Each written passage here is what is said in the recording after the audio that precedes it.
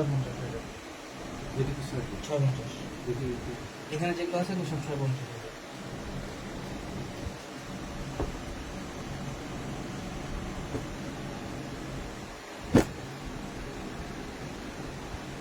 কি রকম অবস্থা হচ্ছে মানে আমার জন্য তো কি করতে পারি 30 থেকে দিবে না এটা 8 পিসের বান্ডেল।